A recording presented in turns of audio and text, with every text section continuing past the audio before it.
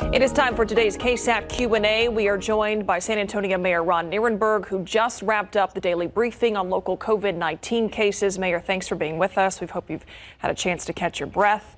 Let's talk about something that is on just about everybody's mind right now, schools. We are not that far away from what would be the start of school. We know that the TEA said today that schools won't miss out on funding now if local health officials agree to delay the start of in-person learning. Do you think that that's going to be something local health officials do here in San Antonio?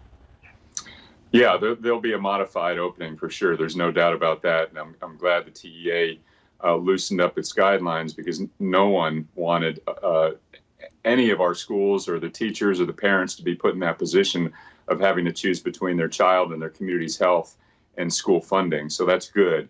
But we do have a committee that's going to be meeting that includes teachers, parents, teachers unions, the school districts, pediatricians, public health, to go over the guidelines and the school openings in the 17 districts with all their various needs, to make recommendations to our local public health authority to issue guidance that will help us through the school opening process. Kind of a blanket statement for all the school districts that are in the county?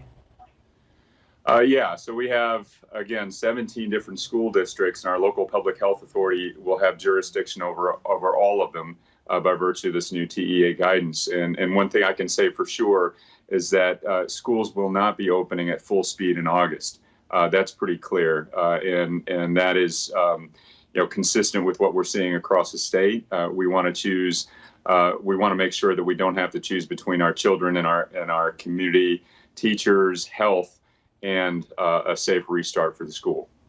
All right, Mayor, we have a lot more questions, especially about hospital capacity, what you're seeing in local hospitals. Stick around, if you will. We're going to ask you those questions on the other side of this break. Sure.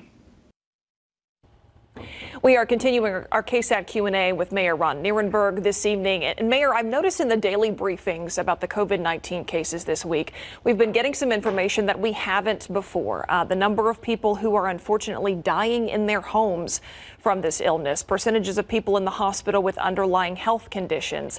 It seems like the city may be refining some of the information that it is putting out there. Is that the case? Well, in some ways, yes, but really this is a result of now we've gotten about 4 months of data, and there's a lot more data because there's a lot more cases for us to examine the trends that are occurring.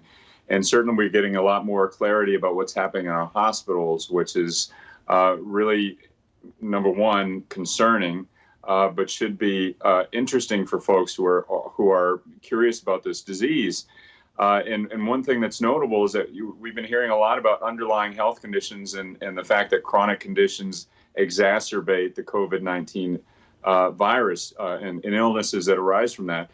But we are seeing in our hospitals, 30% of admissions are people who are otherwise healthy, have no known underlying health conditions. The same is true about the deaths that are occurring in the hospital.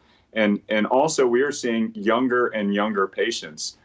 We had a few days ago about 30 pediatric patients, and the vast majority of those patients had no underlying health conditions. So, this again is not a virus that discriminates. It is an equal opportunity affliction. And so we've got to all do our part and do what we can to protect ourselves, but also protect our loved ones. Because there are a lot of myths out there that, if I'm healthy, I'm young, I'm not going to get affected. Clearly, we are seeing people get affected. That is simply not the case. If you're young, you're healthy, that's great, but you can still get this illness and you can still be severely afflicted by it. And worse yet, you can also pass it on to someone else. And those illnesses can be just as severe, if not worse. It is important to know the facts. Mayor Ron Nirenberg, thanks for being with us this evening, as always. We'll see you tonight on the Night Beat at 10. Thank you, Mayor. Thanks. We'll be right back.